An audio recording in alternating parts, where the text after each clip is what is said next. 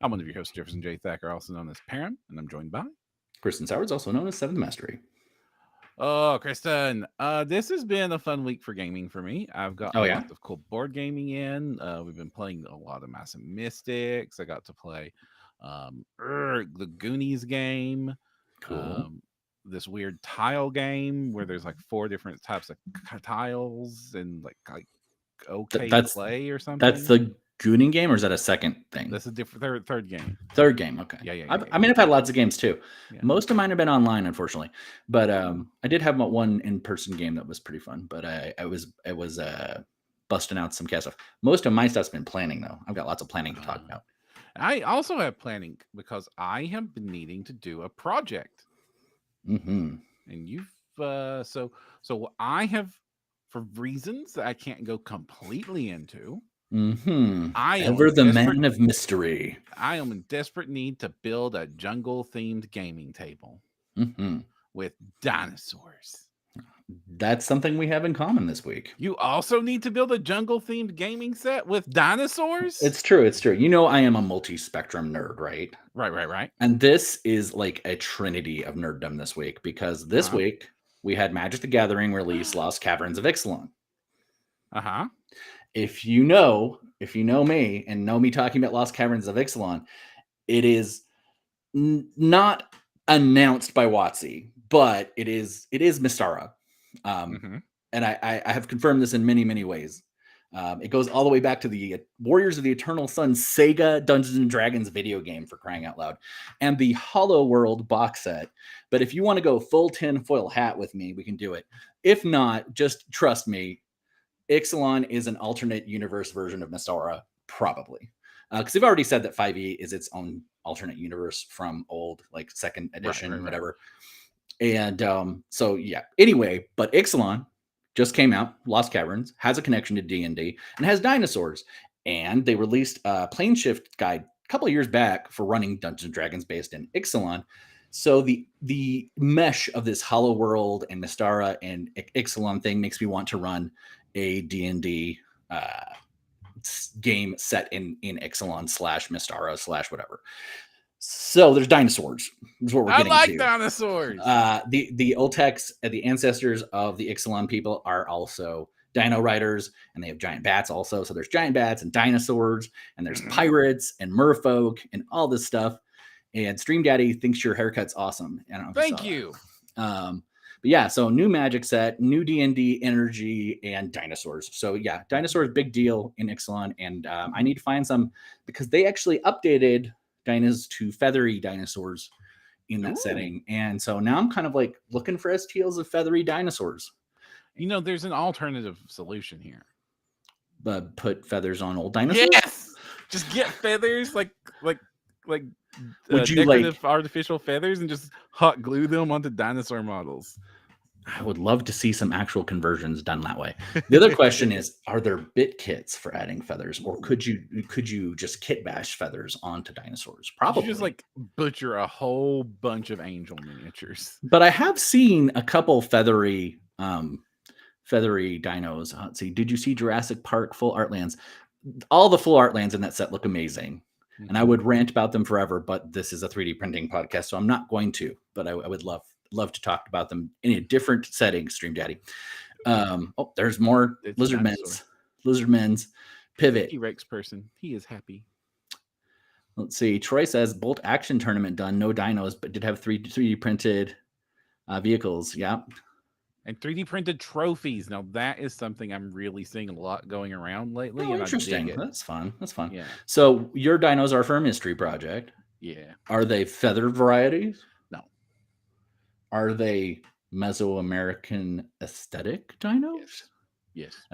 I mean, fortunately for me, also a thing in Ixalan, and fortunately for me, a thing in the Saurian armies for about every war game out there. So exactly. The only real trouble I'm going to have is whether or not the riders can be changed from the traditional Saurian lizard folk to more of a humanoid species look.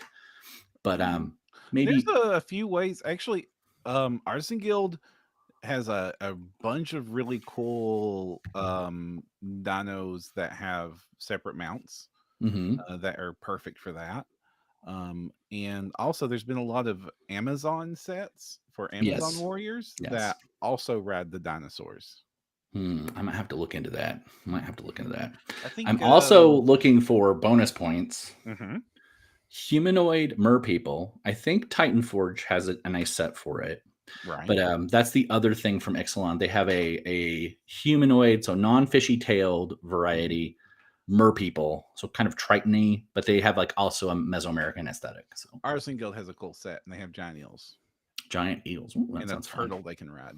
A big freaking turtle. How's the aesthetic? Very Warcrafty. Okay. Well, I mean, we could probably push it the right direction if I need to, especially with weapon kits from the other stuff that they've done. Maybe. But yes, that's where I'm at. Mhm. And that's what I'm planning, but there's a lot to do there. Right. You also said table though, so I'm assuming you're going to be looking for terrain options. Also, I need terrain. I need jungly terrain with dinosaur influences. I need ruined jungle temples and villages. I need all that sort of cool stuff. And actually, what is vexing me most is trees. Don't have any cool trees that jungle foliage is what is vexing me the most. So I've been like scouring the internet for jungle plant wear. Cast and Play's got a bunch with They that do. their cool set, and I might have to lean on that real heavy, but that's not going to be all resin prints. Was that from the exteriors set? Yeah. The terrain exterior set. That not the exteriors. It's the terrain. Their first terrain set.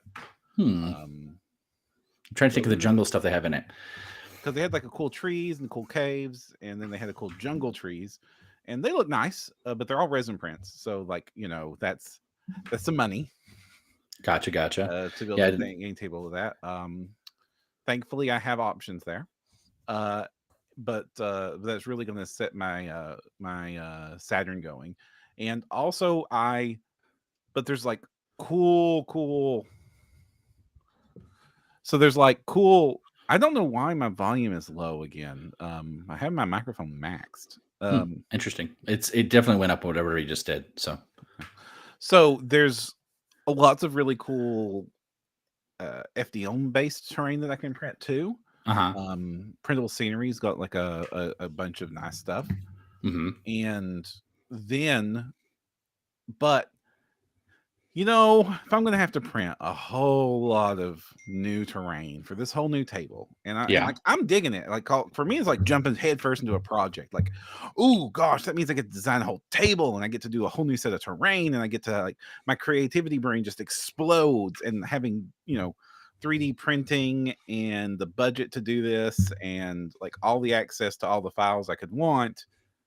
This is just like maker space playtime for me. Like this is Legos brought to the next level, right? And with the Magic Machine, but my Magic Machine for FDM is kind of slow.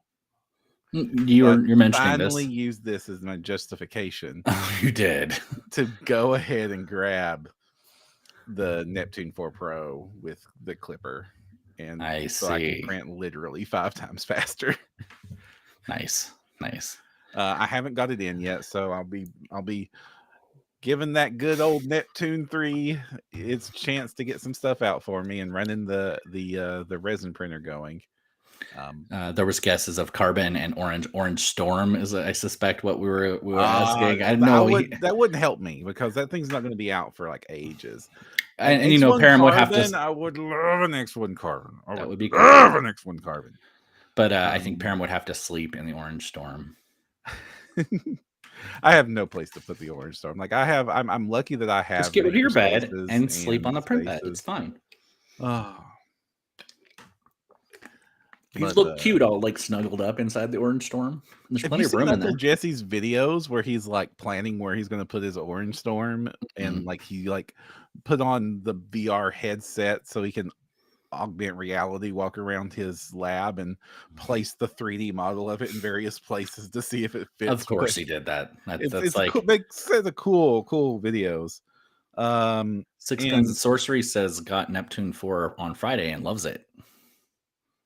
Going with Orcus Lasser over Cura. You are not the first person to tell me that. Interesting. I have not messed with Orcus Lasser, so anybody with experience on Orcus Lasser, please drop us a line. Yeah. We would very much appreciate that. Yeah. So I'll be doing that and having fun with that. But that also means like being a little bit creative is definitely the name of the game. So like there's stuff I can 3D print, and we're a 3D printing podcast. So, hey, heading for the cast and play stuff, going to printable scenery. Lost Kingdoms did a lot of really cool lizard man terrain as one of their very, very first campaigns. So they've got some really cool temples. And of course, OPR has they did do a Saurian set of terrain, so I can pull some stuff from that. Cool. That's all resin prints too, though. So I had something else I was going to throw out for. It's an either or printing. I'm just trying to remember the name of the folks that do it. It's fantastic stuff, though. So let me see if I can. I'll look through my objects. So stall for 12 minutes. No, just kidding. Yeah, I mean, honestly, it's going to take you 12 minutes just to load my mini factory. Is it that bad lately? It's, dear. It's that's how it's been hammered lately. So I'm Stefano Orsi says if you want to have the speed benefit of the Neptune, use rapid PLA. I need trees and ruins, Roberto. Ruins are easy to find, trees not so much. Speaking of ruins, you can get some for free right now. I know this is kind of a jump ahead pseudo shout out, but it's not really. Townsmith is doing a ruins Kickstarter coming up, and it's pre-market launch. Has free ruin stuff you can download. 3 models. I'll check it out. Yeah, you should check that out. If you Google it, you can find their sign up really fast. We'll also probably have links, I think, in the show notes because I sent them to you. Maybe. Yes. We'll find them somewhere. But yes, ruins easier to find.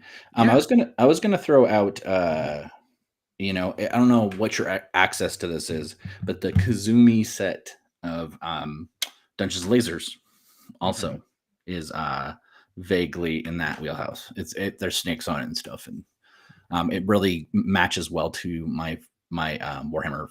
Sorry, I was gonna say Age of Fantasy, or sorry, fantasy, but it's Age of Sigmar. See, I'm mixing them all up. It's Age of Sigmar Saurian stuff that I have some terrain of. Ooh, very nice. Yeah, I'm digging. I probably could get as much of that as I wanted. But as I said, ruins is not the hard part.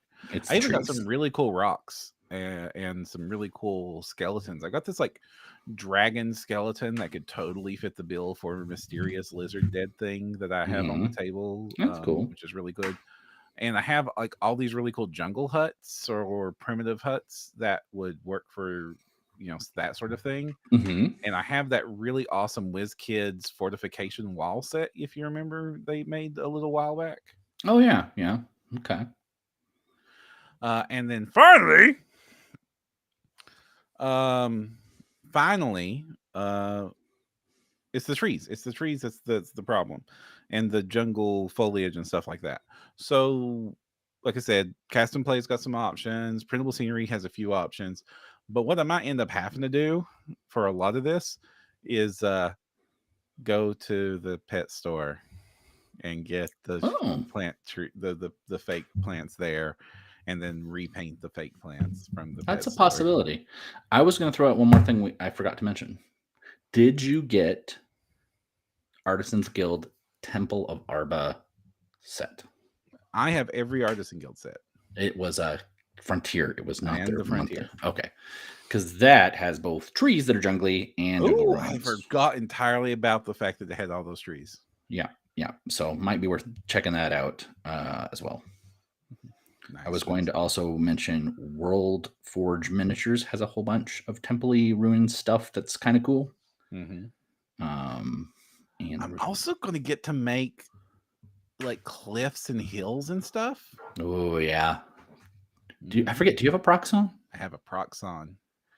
It's fun stuff. I have a Proxon in its box. You've never used it? Gotten to get broken in yet, and I want to use it.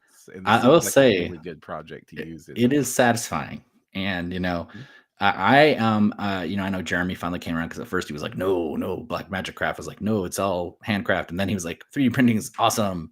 And he's kind of come to a middle ground of why not all the tools? And that's where I am too. Like having that Proxon to do your like big chunky terrain bases and then just kitting it out with some really cool printed stuff. I think that's the way to go for like a really amazing looking table. Just was that raid the garden, pick up a ton of leaves and spray paint them with varnish. Nice, Alex. Nice. Oh yeah, so that's fun. But like getting involved in like these like big scale projects, like where you have like you need a lot of moving parts. It's so much fun because like you get to do all this cool shopping, and it's like and I'm considering things I never considered before, or that I just completely passed over before, or like why would I ever use this? And then like suddenly weird frog statue has a maybe purpose. Right.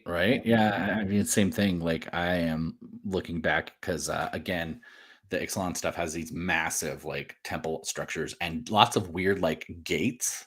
And I think I've backed every portal and gate campaign or thing out there. So I'm like going back and like, okay, I can print this and have these, and this could be the door into the hollow world. And yeah, absolutely. For a completely different reason, I also need to build a different table, and this one's a little bit weird, and I might need some advice on it. Okay, I have a second project too. Giant underground cave table. Ooh, and like 3-dimensional? Are you gonna do like a ceiling? I want to no, not a ceiling. I need that would be hard to game on the ceiling. Not if you could take it off. It could look really cool, and you could just take it off. It'll just look like a rock. I bet you could do better than that. You could have some central column structures that were like where the two halves connected. And then if you had creatures that could climb or spider climb, you could flip the other side on the other part of the table and have the upside, like you could have an upside down part and the bottom part. And you could have a 3D battle where like people were going up and down the columns. That is incredibly awesome. I need it for wargaming. Oh, okay. That's not going to happen in wargaming. Yeah. But like I want to do like this giant underground cave. Like if you remember like playing like the Total War games, you'd occasionally have these fights with the dwarves where like they were in the tunnels and humongous caverns. And like I want to build a table like that with like big giant stalagmite columns. And it's like, but how do I do a cool? So I'm like really curious as to how I do a cool like undergroundy cavey system that would look really awesome. I mean, like stalagmites and stuff. I want it to have the sheer. I want it to appear that this is a massive cavern, not just a rocky texture. You could use for the outer walls, do your foam craft, right? But for your internal dungeon stuff, I would look back. I know it's sound like a broken record, but we've been talking about cast and play already, and they did those sectionals. And their cave wall set's actually really good. I like it. And they also have a second thing that's like, I think it was technically an outside stuff, but it's still also very stone and cave looking. They're half walls. So if you want to do half wall dungeon stuff on the floor and then just have like a big backer, maybe. So I'm thinking like 6 foot by 4 foot. So walls might not be appropriate. Well, as long as you just did it on one side of the table, it would give you the effect of being underground. Without and still be very playable. I think maybe I'm wrong. I don't know. A backdrop would be fun. Just like one wall, one side, right? Even if it was short ends of the table. Ooh, if it was short ends of the table, then it'd be super playable. If it was like because you're probably doing like a 6x4, 6x3, something. Well, I always have one end of the ward game table butted up against a wall anyway. So like right, so yeah, have that be the backdrop wall, and then maybe do like a big terrain feature on the other end, so that it kind of completed this feeling that you're in this trough. We often like put like the castle walls on that side to like make it look like you're fighting outside of a settlement and stuff like that. Yeah, which is something I love to do too. I see a lot of people do it on their Dungeon Master screen. Like the other half of the Dungeon Master screen is like the Castle Fortress or something. Part of me regrets giving up that Dungeon Master screen, the OG Castle screen. It was really cool.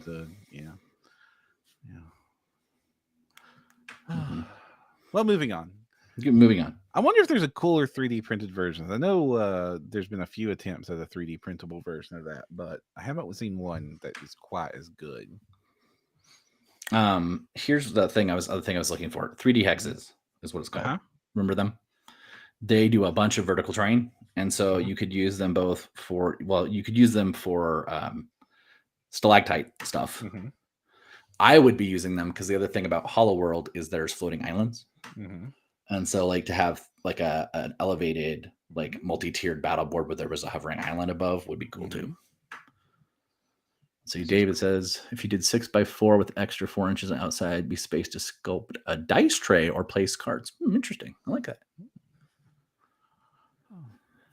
I do eventually need this thing to fold down so it can be transported. So I can't do like the full Geek Scenics, like sculpty and like 3D printed hills permanently. Does it have to go to Spiel next year? No, it doesn't have to go to Spiel next year. Because you could have because you take your car usually to like if when you're going to Adepticon, you take your car, right? Yeah. You could make a really nice big crazy thing for Adepticon instead of take mine. Well, sure, you know what I mean. Though you're driving, so you can take a lot. I don't know. Like when last time I went to Gen Con with a big terrain kit, I had those. I have 2 decommissioned. Like I think they're World War II light boxes, and they're massive. And you just put foam in them, and you can take just about anything in those things. Right. Yeah. Well, I'm just saying that I can't do the like the actual 6x4, 4 inches thick, made out of wood and plaster. No, you do it in sections though.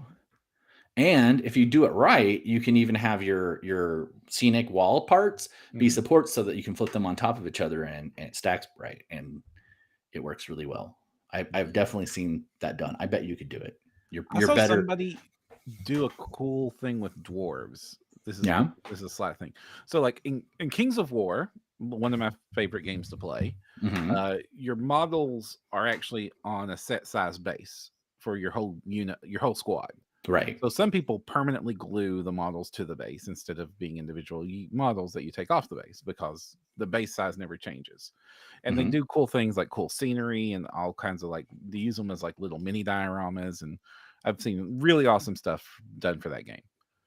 But I saw one dude who did a whole series of dwarves and like made sure all their heads were completely level with each other with their helmets on.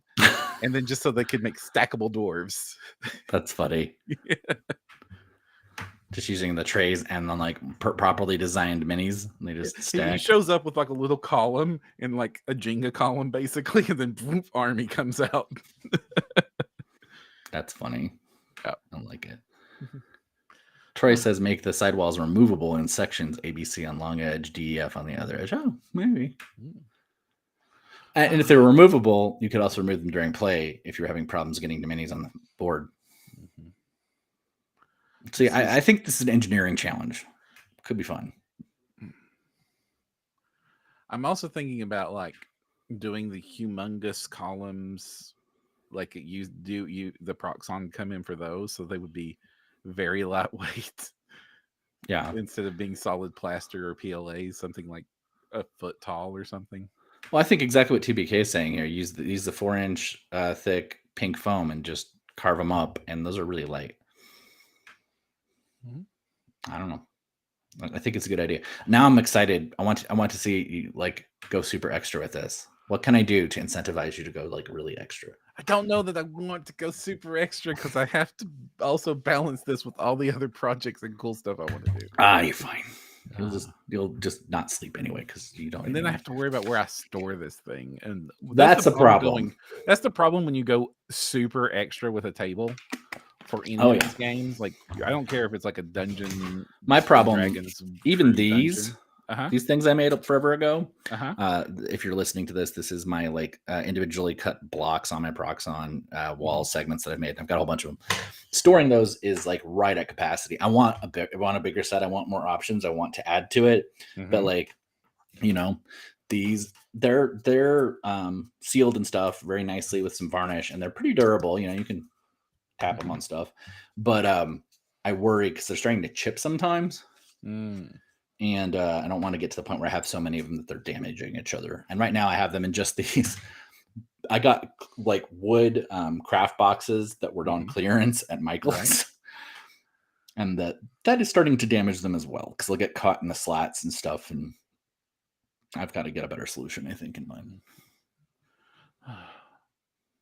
So how is your going extra prep going besides gluing feathers to dinosaurs? Well, that's one thing. I haven't even talked about the second big project. I don't think you even know about this at all. What's the second big project? So in my Saturday Dungeons and Dragons game, Mm-hmm. there is a abandoned Spelljammer port that is Okay. full of monsters. And This is a bad so thing.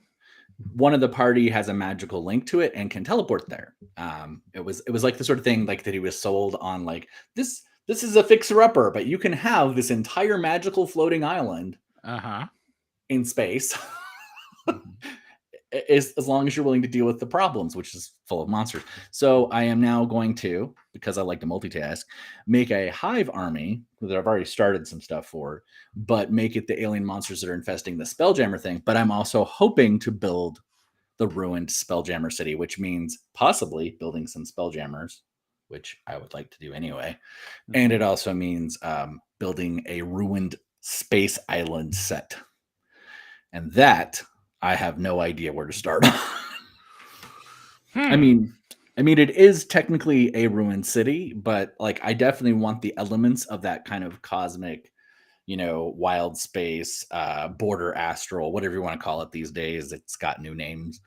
But like crazy space fantasy vibe for the terrain. And that I'm going to have to shop around for, I think.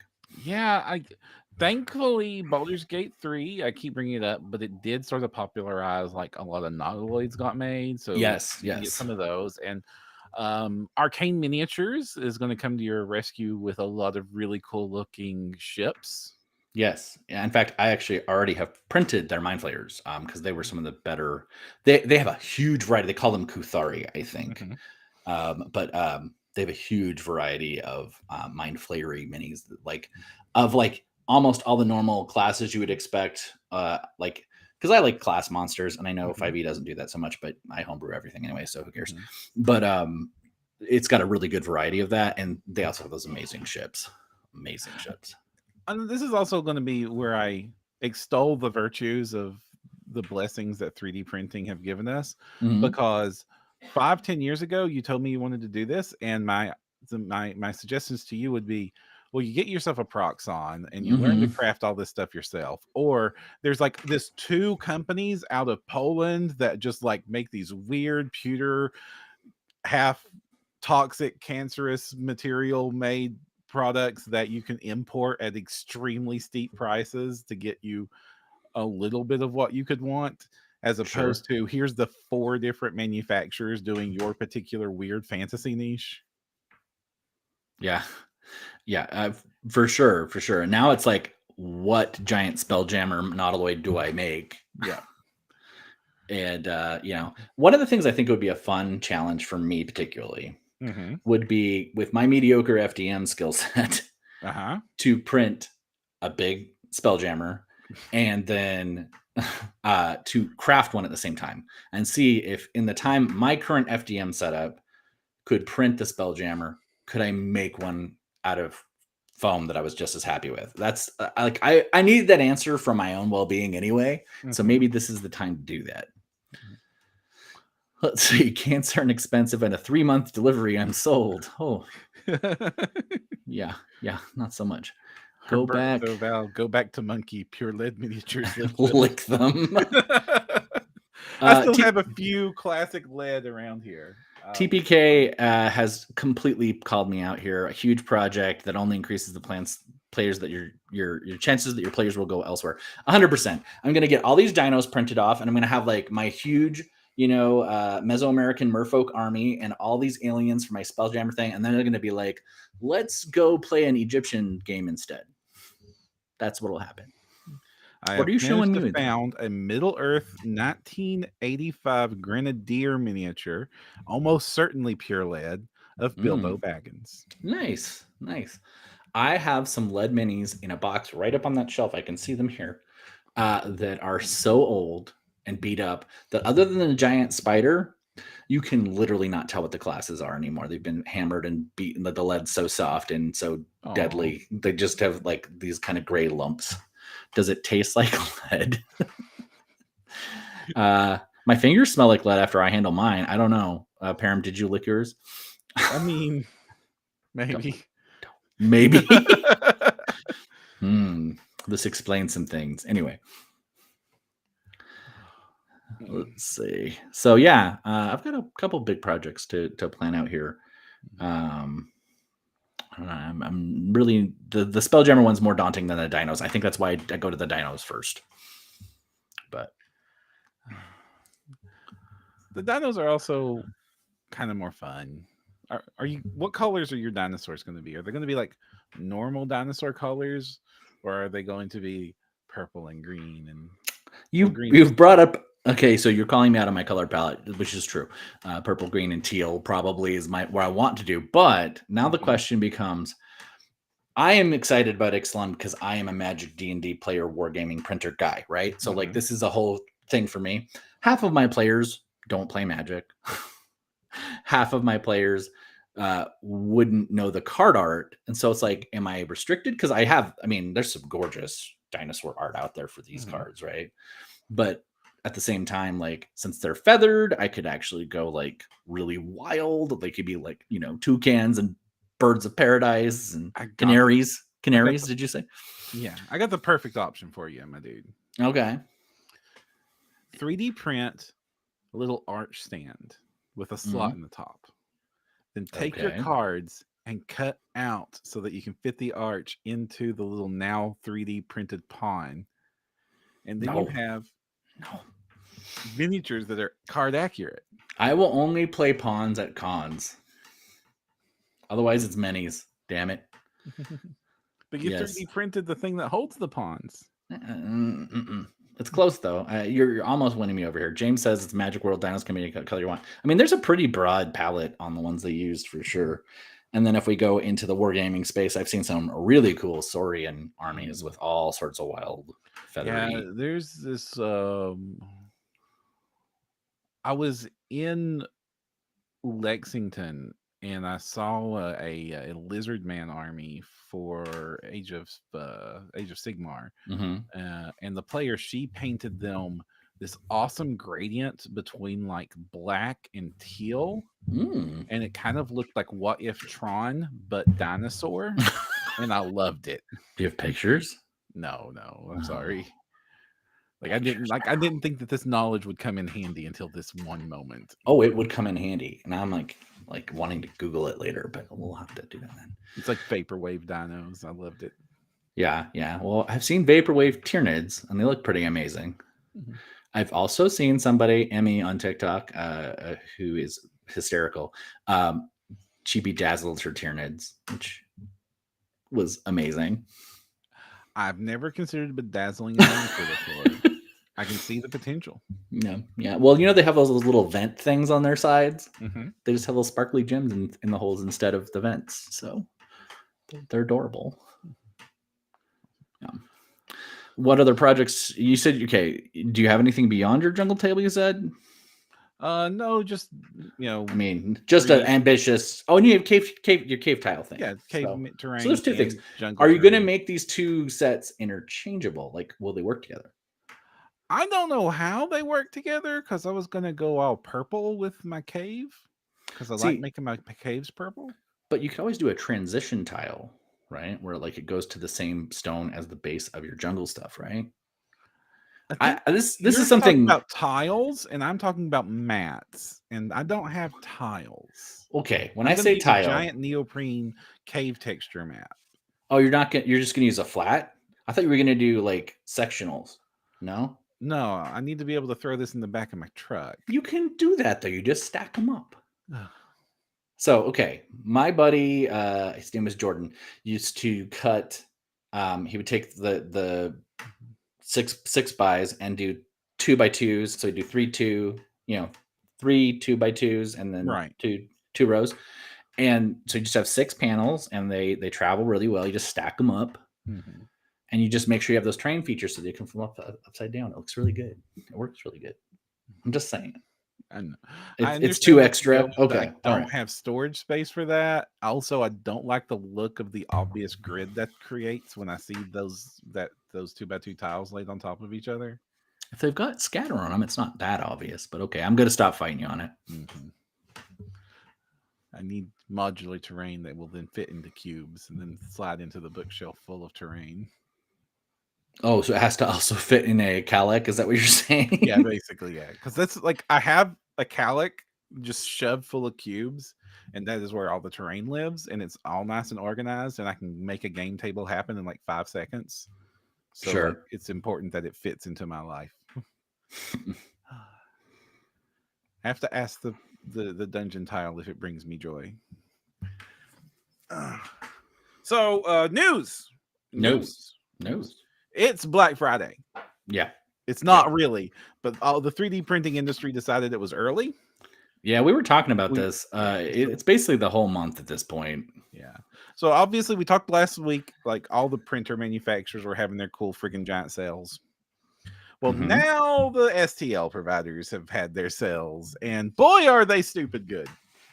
You know, I was really bummed out because like I noticed the Arc Villain sale like right at the end of when it was at 70%. There's still a 50% off sale, so if you still need to pick up Arc Villain stuff, there's some out there that's still decent price, but the 70% off I think is over. Yeah, which made me sad. So right now, almost everybody's got a 50% off sale on My Mini Factory if you want digital files. Yeah. If you go and watch Squidmar's newest video, where he is painting a Hero Quest set, Witch Song Miniatures has a 90% coupon. Ooh, and Witch Song's already kind of super cheap anyway, so like, yeah. So if you want to pay literal pennies for your files, that's a way to do it. Yeah. Over on Only Games, let's say you want somebody else to 3D print your stuff for you. They're running a 25% off sale off the entire freaking website. Okay. So that's great. So between those two options, you can basically like this is the perfect time to pick up this hobby, because you can go get an Elegoo Mars 3 Pro for $150. Discount resin for days at like $15 a kilogram for Anycubic ABS like. Then go over to My Mini Factory and get any of the friggin' files you could possibly want. Yeah. And like you're under $200 and you're in this hobby like hardcore with all the minis you could ever need. Yeah, I'm pretty good. David asked specifically about Witch Song. Witch Song does just a really cheap mini every month. They're kind of bespoke. They're really highly detailed. The only complaint I have about them, because they're amazing. They're really good. You should go check them out. But they do have like really weird basing stuff happening, like where you can't do too much with your base customization. They're completely scenic based. Yeah, absolutely. Yeah. Which was my complaint about Arc Villain, but they recently fixed it, kind of. They're better anyway. Sorry for that derail, but yeah, you could definitely get in $200. Pick up your printer, pick up some cheap resin, and at least a couple sets of really good minis, right? Like for nothing, for sure. So hey, wonderful sales. So great time to get in the market. Yes, I need to grab some resin before it's too late, because I need to decide what I'm moving on.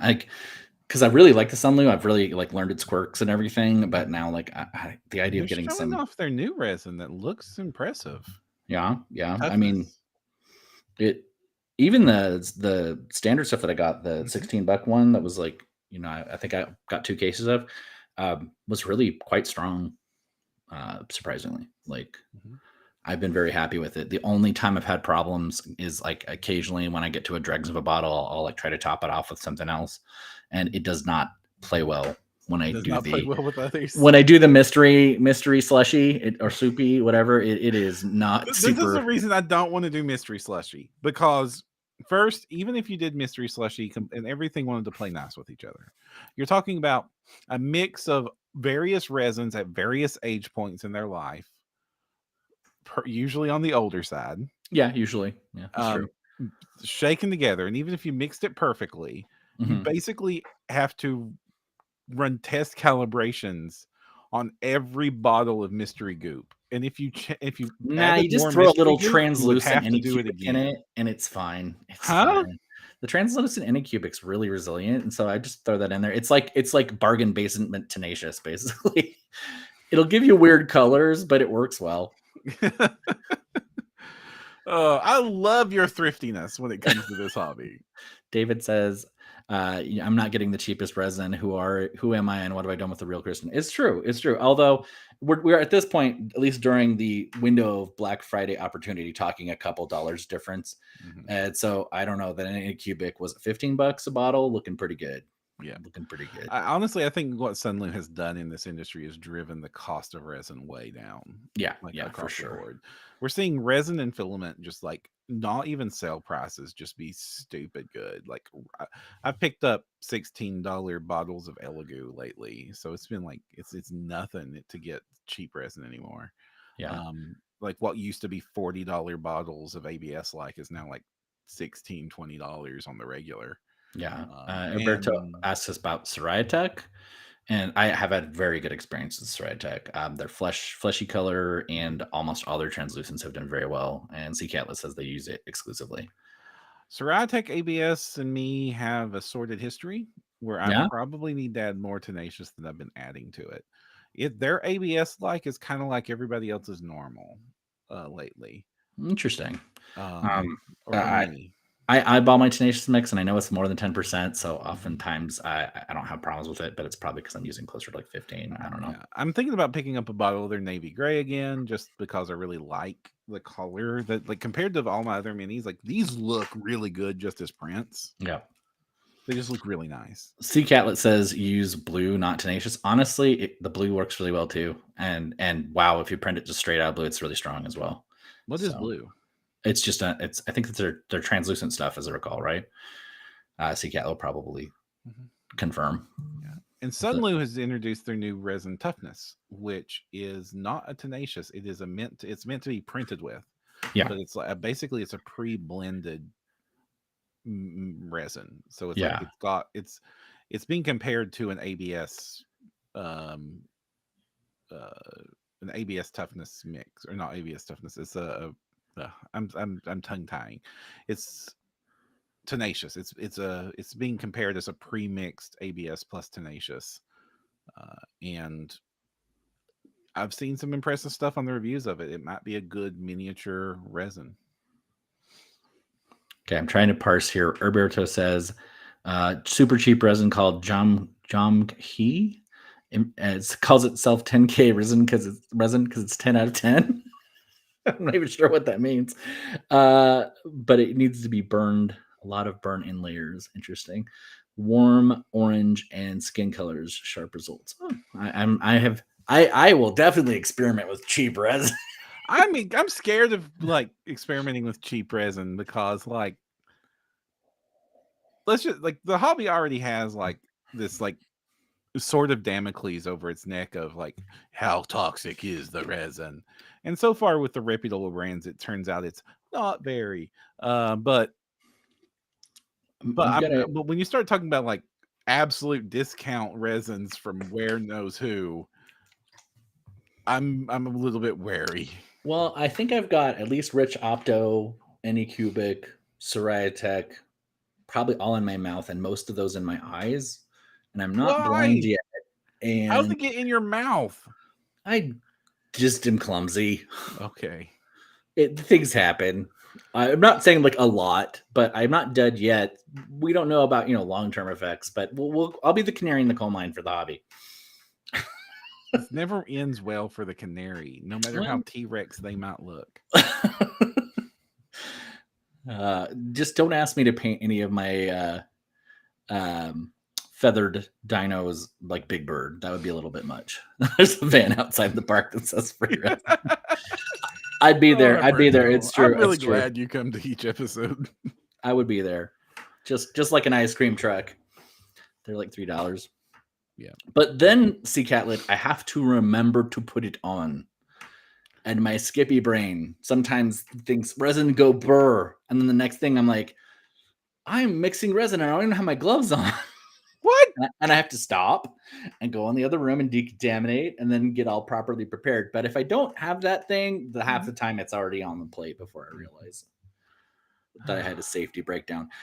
Do not, listener, be like me. It puts it on the printer. Yes, puts it on the printer. Gets the hose again. All right. Anything else you want to shout out to or bring up? Oh, yes, absolutely.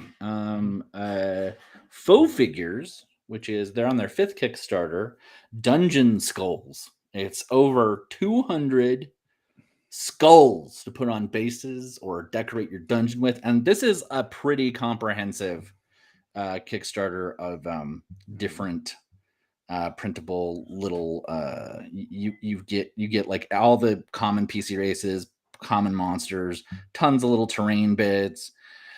It's just a nice little it's like $20 for everything, all the stretch goals. I mean, yeah, you're scrolling through it here, but there's tons of weapons, skulls, all the species. You got orc skulls, you got your there's catfolk skulls, there's like so much stuff in this thing. Huge value, super cheap. And it looks like they're detailed enough you could probably scale them up if you wanted to do like a big dragon skull or whatever, or a giant skull. They have beards on the dwarf skulls. Well, I mean, it petrifies. That's some pretty formidable hair there, right? At least they didn't do like the meme lately of like the little tentacle bones that would be the dwarf beards. Tentacle bones? I thought those were for Jernai. No. Yeah, you got bird folk and dragons. It's just like it's pretty comprehensive, and I thought that one was pretty sweet. We already mentioned the free files from Townsmith. I think you were going to mention Mantic? Okay, so this is a cool thing. You know how we've talked in the past that like, hey, 3D printing allows you to do things that just traditional manufacturing just can't quite do. Right. And we got a first real world example of this. So Mantic Vault, which we brought up in the past, like Mantic has started an STL subscription, and they're a little bit like just barely dipping their foot into the pool to test the temperature mode right now, and they've kind of stayed in that mode for a while. So like a lot of it's just like support material for physical product and product that doesn't get stocked very well. But they're doing the thing that I've asked all these people to do forever, which is they're releasing their backlog files, right? Yeah, no. Well, I mean, they're releasing the original designs, though. Some of them, yes. Right. But one of the things they have done lately that's been interesting is they released their Snake Riders, which so this is for their mummy undead Tomb Kings analog faction. So you've got like mummy skeletons with lances riding on top of big giant and bony snakes. And they released the STL files, which is the original STL files for the art for these monsters. Right. But the thing is like when I notice these, I'm familiar with Mantic's line of miniatures because, like I said, I'm a fan of Kings of War. So I've seen the official minis many, many times. And I looked at these and I'm like, they look so much more awesome than the miniatures did. Why do they look like that? And so then I went and pulled up the original miniatures, and you can see it's night and day difference between the two models. They're missing all the bony ribcage teethy bits. There's so much detail with the heads had to be like redone. Like what had to be done to these models, the art for these models to make them injection mold friendly involved like removing the cool inside out mouth rib cages, simplifying the tails, simplifying the heads, overall just like shrinking them down a bit until you finally got like the actual model. When they're all like bandaged up instead of being all bony. Yeah, they hid all the rib cages by wrapping it in cloth, and yeah.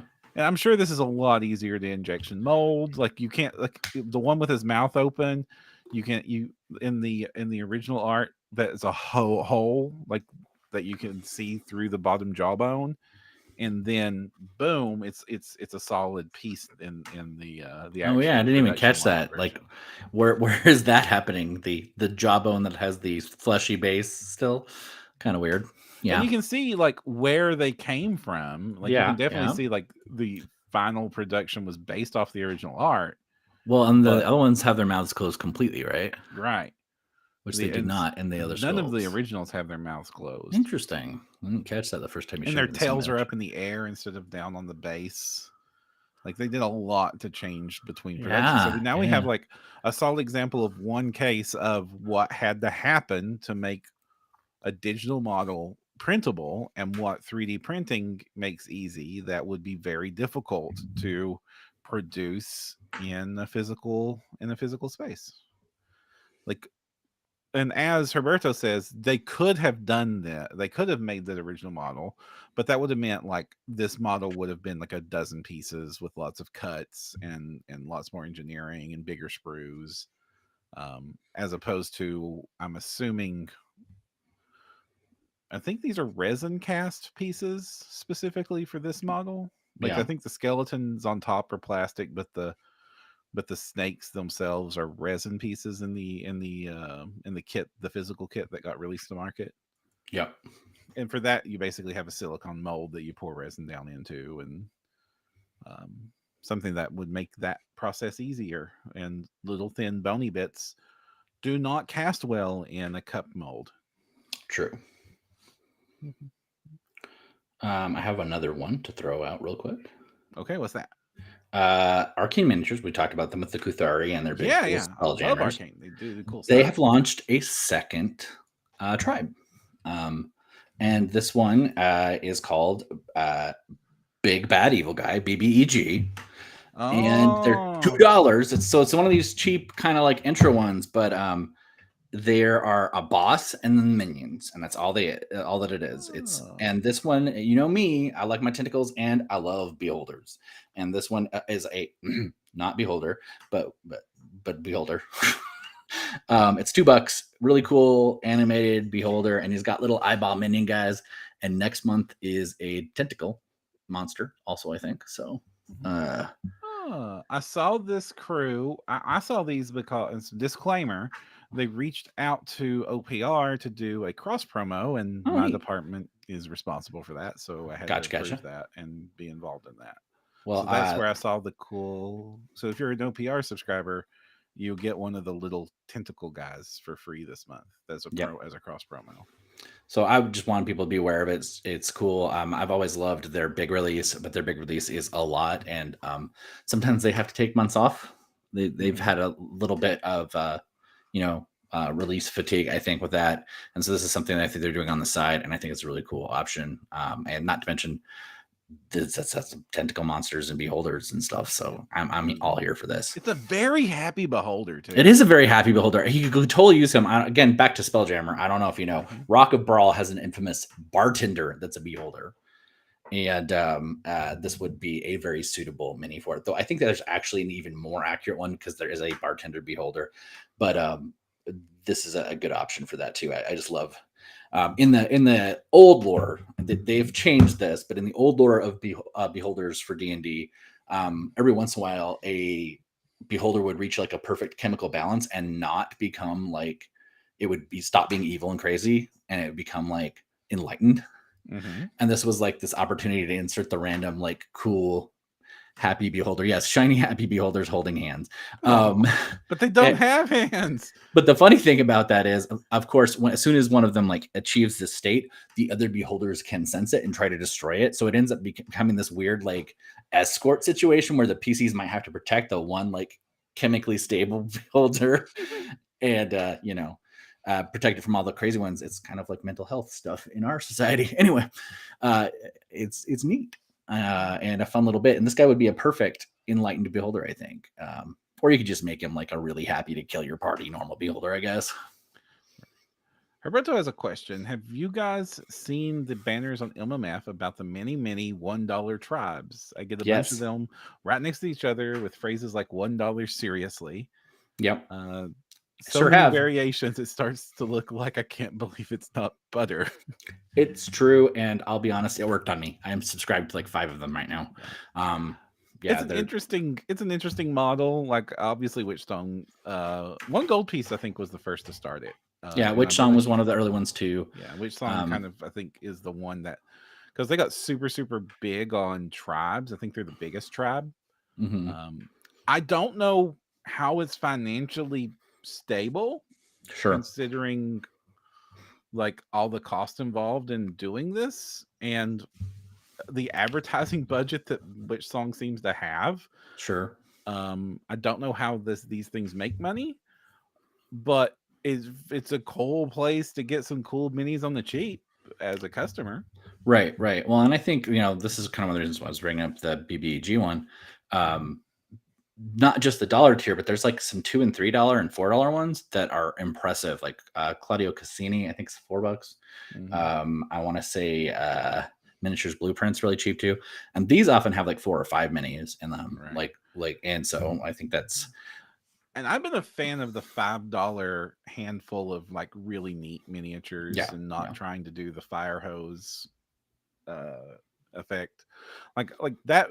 We basically in it seems like there's like 2 races in the industry. Like there's the super cheap 1 or 2 or a handful of miniature crew. Yep. That seems to be where a lot of what I would have called the boutique miniature crew are going to. Yep. And then there is the $10-15 how many hundreds of miniatures can you get for $10 or $15 crew. And I'm not sure either of those extremes are long-term sustainable or would make a healthy industry, but yeah. But here we are. Yeah. But right now, if you want a lot of minis for cheap, boy, is it a great time to be in this hobby. Sure. And I will also say, if you're having FOMO and you need to like make a call right now during your Black Friday sale, there will be a holiday sale, and it'll be very similar. You're not saving any money if you're spending money you didn't want to spend. Right. But you will have an opportunity to pick those up. And if it's somebody you really like, joining their tribe or Patreon might give you a member-only exclusive sale that's better later. So if you don't need it like today, for instance, if you're in the planning phases like me and you want your feathery dinos for your Ixalan game coming up, this might be the time to look at somebody who has those in their backlist and see what their current offering is. And if you need the current offering or want the current offering for planning, like, I don't know, for instance, Labyrinth Minis is doing Conquistador Vampires, which also works for Ixalan right now. So to pick that up and then get an access to a sale discount in the past later would also be a good strategy if you're trying to be super thrifty like me and, willing to risk your health for cheap resin. Don't be like me, kids. Yeah. I'm just leap back to it. For any of these sales, you're not saving anything. You're still spending money.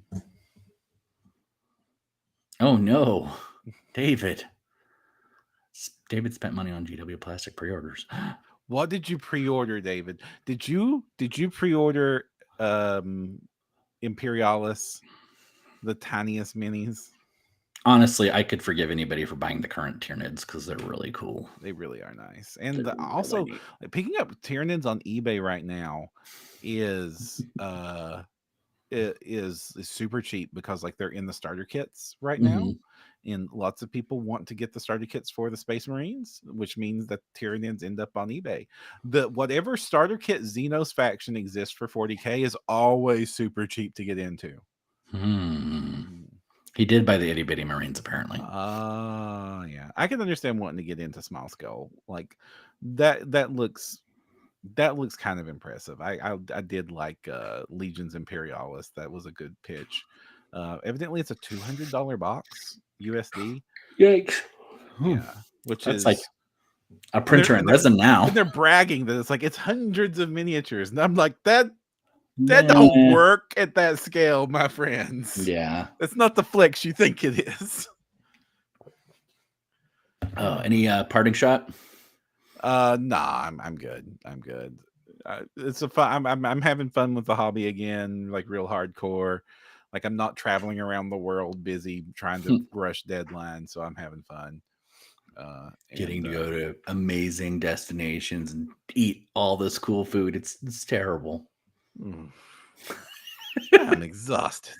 18 hours on a plane sucks. That's true. I will grant you that. Yeah.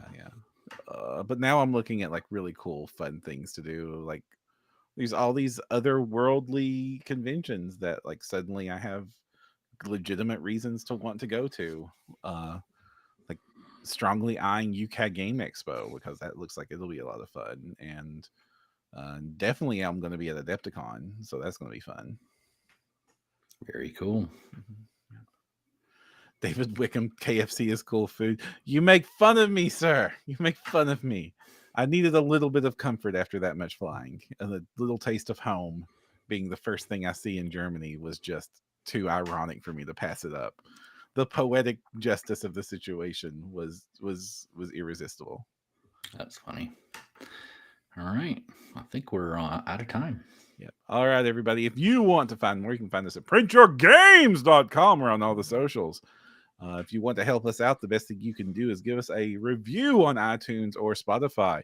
Or if you're watching us on YouTube, like, comment, and subscribe. Let people know that you enjoyed what you saw here.